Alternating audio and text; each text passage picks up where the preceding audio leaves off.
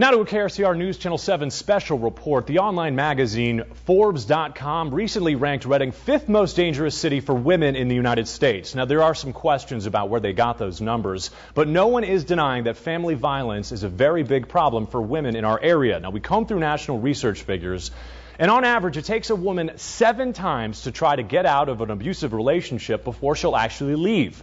Now only 30% survive past 8. Tonight we'll meet one survivor who waited, and it nearly cost her and her firstborn child their lives. She wanted you to hear her story and hopes that others like her won't wait. I think that one of the worst times where I thought, oh my gosh, he's going to kill me, was I was in the bathtub and he was sinking me. You were pregnant? Yes, and I was pregnant at that time. This survivor recounts the physical and mental abuse she endured for more than a decade from the man who was supposed to love, honor, and cherish her, her husband. She asked us not to reveal names, so we'll call them Jane and George. I grew up in a very conservative family that I really wasn't allowed to date, so he was actually my first relationship. I didn't know what to expect. It all started back in the late 90s, when the Mexico City native was a freshman at UC Berkeley. For the first time, Jane was away from home and in love after meeting a charming man.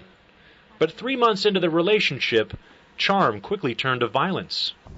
I don't remember what the argument was about, but somehow I was, dragged by the hair. I was kicked.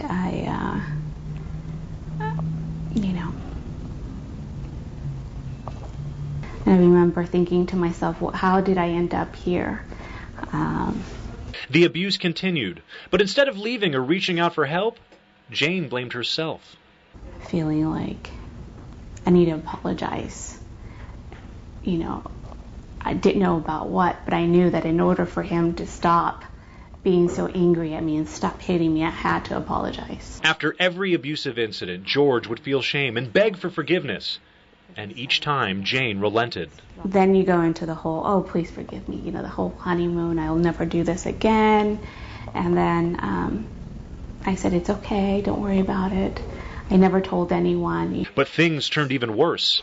Jane recalls a near-death-defying experience involving the couple's firstborn, who was just 6 months old at the time. Jane knew she had to tell someone. He had actually threatened to kill my son. And that to me was just like, I can't. He had actually picked him up and threatened to snap his neck off if I didn't talk to him. The next day, she picked up a phone and called a crisis hotline in Berkeley. They wanted her to file a restraining order and go before a judge. But her upbringing stopped her. I was still so full of shame. Because here, I have a child, and this is my child's dad. And for any woman to leave in a relationship, you're not just leaving. It's the relationship, you're leaving a whole lifestyle. There were times when things were good. The couple got married and in 2004 moved to Reading, later adding 3 more kids to their family. Jane, though, was away from everything and everyone she knew. Every part of her life was under George's control. I didn't have a job because I didn't work. I didn't have any money because I wasn't allowed to have any money. When I did spend money, whether it was never cash, and I had to turn in receipts. Jane was fed up with her lifestyle, so it was about a year into her move to Reading that she knew she had to do something. So she came here to the Shasta Women's Refuge, donating her time, but still keeping her story a secret. Good afternoon, Women's Refuge.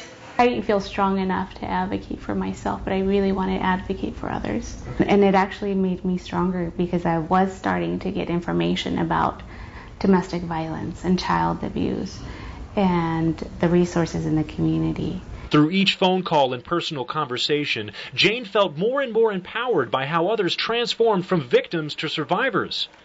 It took about 5 years before she had the strength to admit what was happening to her. What was the last straw?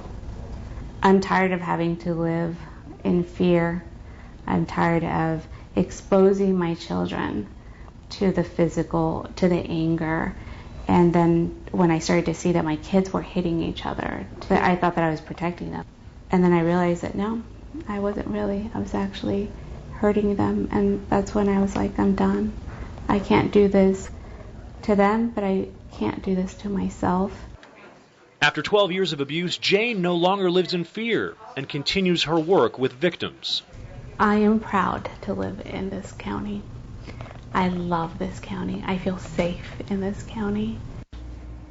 I gathered the facts on what women should do if they want to get out of an abusive relationship. Have your look at your screen right here. You should always plan your exit and seek services. Now, when you're planning your exit, never do it alone. You can seek services locally at the Shasta Family Justice Center or the Shasta Women's Refuge, or you can call 911.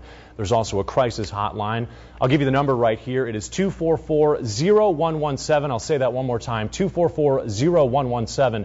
And remember, about 10% of abuse victims are men. We, of course, have all this information on our website, krcrtv.com.